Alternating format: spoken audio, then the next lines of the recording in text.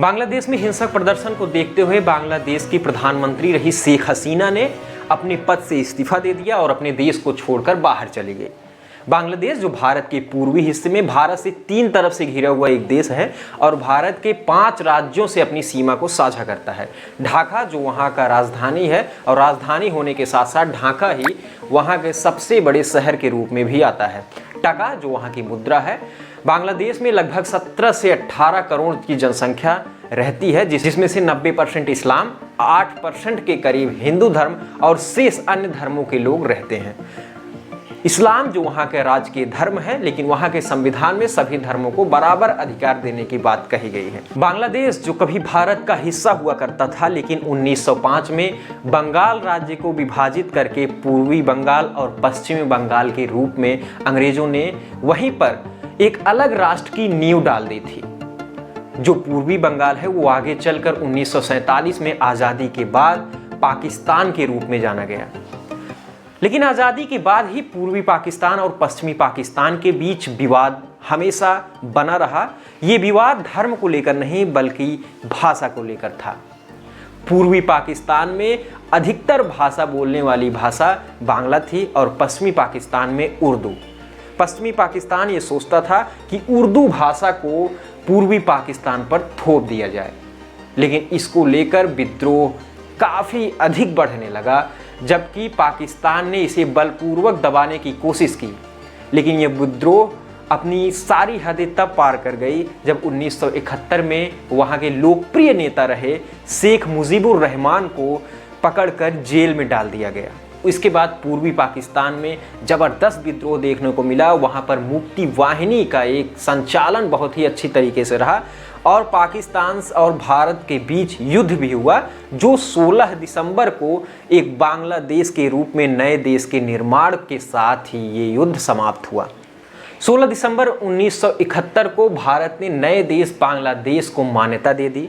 इसके बाद पूर्वी पाकिस्तान के जेल में बंद शेख मुजीबुर रहमान को छोड़ा गया और शेख मुजीबुर रहमान बांग्लादेश के पहले राष्ट्रपति बने।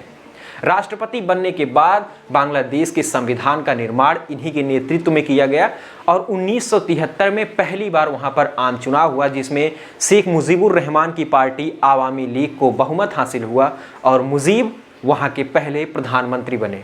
लेकिन प्रधानमंत्री बनने के बाद इनकी समस्याएं खत्म नहीं हुई, बल्कि वहाँ की आर्थिक प्रगति, भ्रष्टाचार, परिवारवाद जैसे आरोप लगे।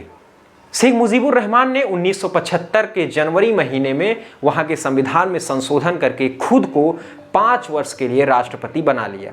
लेकिन शेख मुजीबुर रहमान ज़्यादा दिन तक राष्ट्रपति बने नहीं रहे, क्योंकि 15 अगस्त 1975 को वहाँ के कुछ सैनिकों द्वारा इनके पूरे परिवार को मौत के घाट उतार दिया गया, जिसमें 17 लोग शामिल थे और इनके 4 अन्य करीबियों को पकड़कर जेल में डाल दिया गया, जिनकी बाद में हत्या हो गई। लेकिन इन हत्याओं के बीच भी 2 लोगों की हत्या नहीं हो पाई। इनकी 2 बेटियाँ, पहली शेख हसीना जो आगे चलकर बांग्लादेश की प्रधानमंत्री भी बनी, और दूसरी बेटी शेख रेहाना, क्योंकि ये उस समय उस देश में नहीं थी, वो देश से बाहर जर्मनी में थी। 15 अगस्त 1975 मुजीब की हत्या हो गई, लेकिन हत्या के थोड़ी देर बाद ही उन्हीं के सरकार में मंत्री रहे मुश्ताक को वहाँ का राष्ट्रपति बना दिया गया। राष्ट्रपति के बनने के बाद उन्होंने पूरे देश में मार्शल लॉ लागू कर दिया और उसके बाद एक अध्यादेश जारी किया, जिस अध्यादेश में मुजीब के हत्यारों को माफ़ी दे दी गई और मुजीब को अगले 21 साल तक मुजीब के नाम लेने पर भी पाबंदी लगा दी गई। कुछ समय बाद मुजीब की बेटी शेख हसीना ने आवामी लीग की कमान संभाली और उसके बाद 1996 में वो पहली बार प्रधानमंत्री बने। प्रधानमंत्री बनने के बाद उन्होंने 1975 के उस राष्ट्रपति अध्यादेश को खत्म कर दिया, जिस अध्यादेश में उनके पिता के हत्यारों को माफ़ी दे दी गई थी।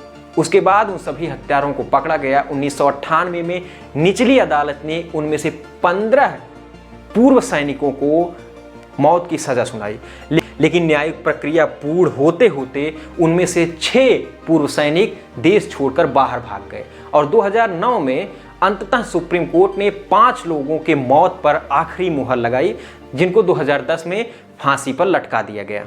बांग्लादेश में भी संसदीय शासन प्रणाली की व्यवस्था है जिस तरह से भारत में है।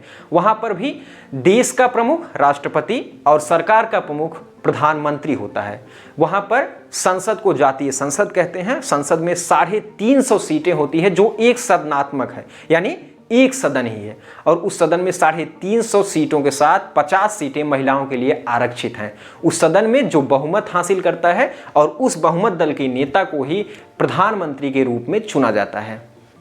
वहाँ की दूसरी विपक्षी पार्टी बीएनपी यानी बांग्लादेश नेशनलिस्ट पार्टी, जिसके संस्थापक थे जियाउर रहमान, जो बांग्लादेश की सेना में थे और कहीं ना कहीं मुजीब की हत्या का आरोप भी इन पर लगता है, लेकिन जियाउर रहमान ने ही शेख हसीना को बांग्लादेश वापस लौटने की परमिशन दी थी। जियाउर रहमान 1978 से 1981 तक बांग्लादेश के राष्ट्रपति रहे, लेकिन 1981 में इनकी भी हत्या कर दी जाती है। इसके बाद इनकी विधवा पत्नी खालिद जिया ने पार्टी की कमान संभाली। 1991 में वो देश की प्रधानमंत्री बनी, लेकिन 96 में उनको शेख हसीना के हाथों शिकस्त खानी पड़ी। हालांकि खालिद जिया को 2001 में फिर से प्रधानमंत्री की कुर्सी मिली, लेकिन 2006 के बाद उनका राजनीतिक सफ़र धीरे धीरे डाउन होने लगा, क्योंकि उन पर काफ़ी भ्रष्टाचार के आरोप भी लगाए गए। इन आरोपों से उनकी राजनीतिक सपोर्ट में काफ़ी कमी देखने को मिला। 2018 के चुनाव में उनको सिर्फ और सिर्फ 7 सीटें ही प्राप्त हुई। 9 से लेकर 4 अगस्त 2024 तक शेख हसीना लगातार वहां की प्रधानमंत्री बनी रही। बाद 4 अगस्त को उन्होंने अपने पद से इस्तीफा दे दिया।